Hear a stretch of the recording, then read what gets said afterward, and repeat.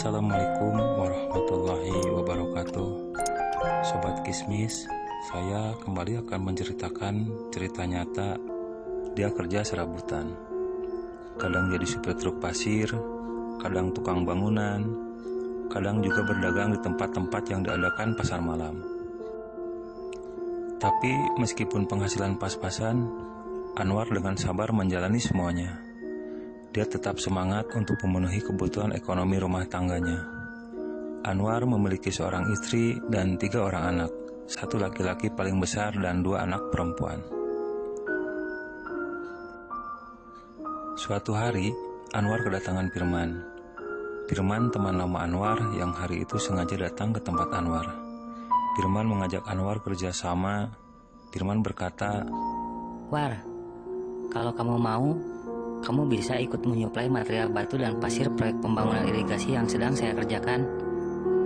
Kamu tinggal kirim saja, nanti saya langsung bayar." Anwar senang sekali mendapat tawaran itu. Dia meminta waktu beberapa hari untuk mempersiapkan semuanya.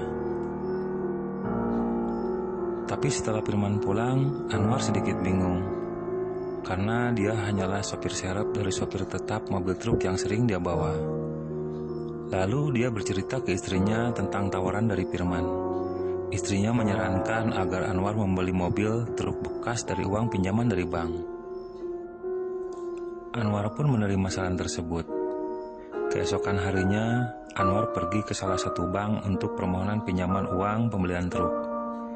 Dengan agunan rumah yang dia tempati, bank pun akhirnya mengabulkan permintaan Anwar. Singkat cerita, setelah uang pinjaman cair, Anwar langsung membeli mobil truk yang sudah dia tawar sebelumnya dari temannya.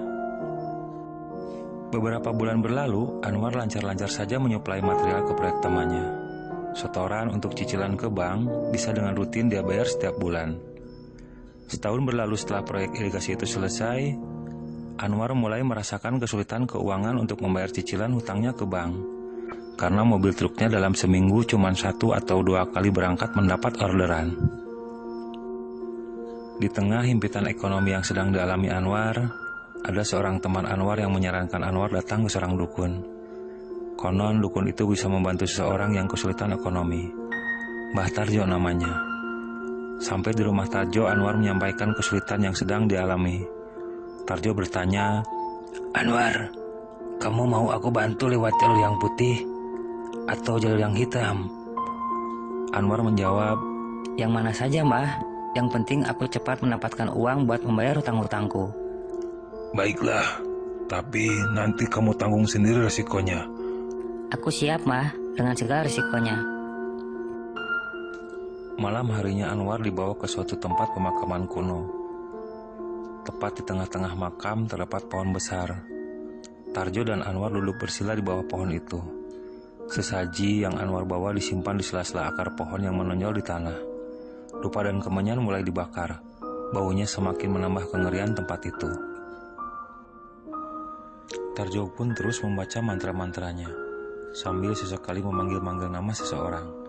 Kemudian Tarjo berkata kepada Anwar, "Anwar, nanti kamu jangan takut ketika ada yang mendatangi kamu. Kamu ceritakan saja apa yang menjadi maksud tujuanmu datang ke tempat ini. Tugasku hanya sampai di sini. Selanjutnya kamu sendiri yang melakukannya." Tarjo pun perlahan pergi dari tempat itu. Sendiri di tempat itu tidak membuat Anwar takut. Yang terbayang di benaknya hanya gimana caranya dia bisa memperoleh uang banyak untuk dapat membayar hutang-hutangnya. Tepat jam 1 dini hari saat Anwar melihat jam di HP, ada bau aneh yang Anwar cium. Tiba-tiba di hadapannya muncul kakek tua bongkok berbaju putih. Kakek itu berkata, "Kamu pulang saja. Bawa uang ini simpan di dompetmu. Besok setelah aku panggil kamu di rumahmu, kamu bisa memakai uang ini. Tapi awas, kamu jangan pernah membawa uang ini melihat orang yang meninggal. Bila kamu melanggar pandangan ini, kamu akan menyesal." Anwar menerima uang itu. Tiba-tiba kakek tua itu menghilang. Anwar memandang uang yang ada di tangannya. Dia sedikit bingung karena kakek tua itu hanya memberi uang 100.000 1 lembar. Padahal dia butuh banyak uang untuk membayar hutang-hutangnya. Segera dia bergegas pergi meninggalkan tempat itu. Besok malamnya tepat jam 12 malam saat itu Anwar duduk di ruang tamu. Dari luar ada suara serak memanggil namanya. Anwar, Anwar, aku sudah siap membantumu. Anwar teringat ucapan kakek tua di makam. Segera Anwar menjawab, Iya kek, aku juga siap. keesokan harinya Anwar pergi ke sebuah pasar, mencoba melaksanakan apa yang sudah diperintahkan si kakek. Dia membelanjakan uang 100.000 itu untuk membeli sebungkus rokok seharga 25.000. Pemilik warung memberi kembalian Anwar 75.000. Anwar memasukkan uang kembaliannya ke kantong yang ada di pinggangnya, lalu beranjak duduk ke atas motor. Dia mengecek dompetnya. Ternyata uang 100.000 sudah ada kembali di dompetnya. Anwar kaget, segera dia meninggalkan warung tersebut. Tak terasa waktu berlalu. Semenjak kejadian itu, kehidupan Anwar berubah. Yang tadinya kesulitan keuangan, bingung buat bayar hutang, kini dia santai saja. Hanya dengan berkeliling membelanjakan uang 100.000 yang dia dapatkan dari kakek tua penghuni pohon besar, dia dapat banyak uang. Buat cicilan ke bank bisa dia dapatkan 3-4 hari saja. Anwar hidup berkecukupan tanpa kekurangan uang. Dia sengaja sering pergi keluar kota sambil membawa uang pesugihan 100.000 yang bisa balik lagi ke dompetnya. Anwar terus membelanjakan uang itu. Hasilnya, selain membayar hutang, dia pakai untuk berpoya-poya.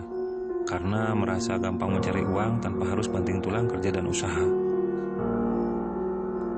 Suatu ketika, tetangga Anwar ada yang meninggal dunia. Anwar yang saat itu baru pulang mencari uang dengan cara haramnya, langsung melayat ke rumah tetangganya ikut bertakziah ke makam. Sepulang dari makam dia kaget dan teringat sesuatu. Begitu sampai di rumah, Anwar membuka dompet yang biasa dia gunakan untuk menyimpan uang pesugihan 100.000 itu. Anwar kaget, dia langsung jatuh terduduk di kursi, melihat uang itu tidak ada lagi di dompetnya. Anwar ketakutan, dia teringat ancaman kakek tua pemilik uang pesugihan tersebut, dan terbayang lagi susahnya mencari uang tanpa bantuan pesugihan uang balik itu. Hari-hari setelah uang itu menghilang, Anwar tampak murung. Hidupnya yang sudah tenang kini menjadi rumit kembali, karena dia harus kembali banting tulang kerja mencari uang untuk membayar cicilan ke bank. Selain kesulitan ekonomi, setiap malam Anwar mendatangi kakek tua pemilik uang pesugihan tersebut. Kadang memanggil-manggil namanya, kadang mengetuk-ketuk pintu sambil berkata, Mana uangku, Anwar? Mana uangku? Dalam kebingungan, Anwar mendatangi seorang kiai.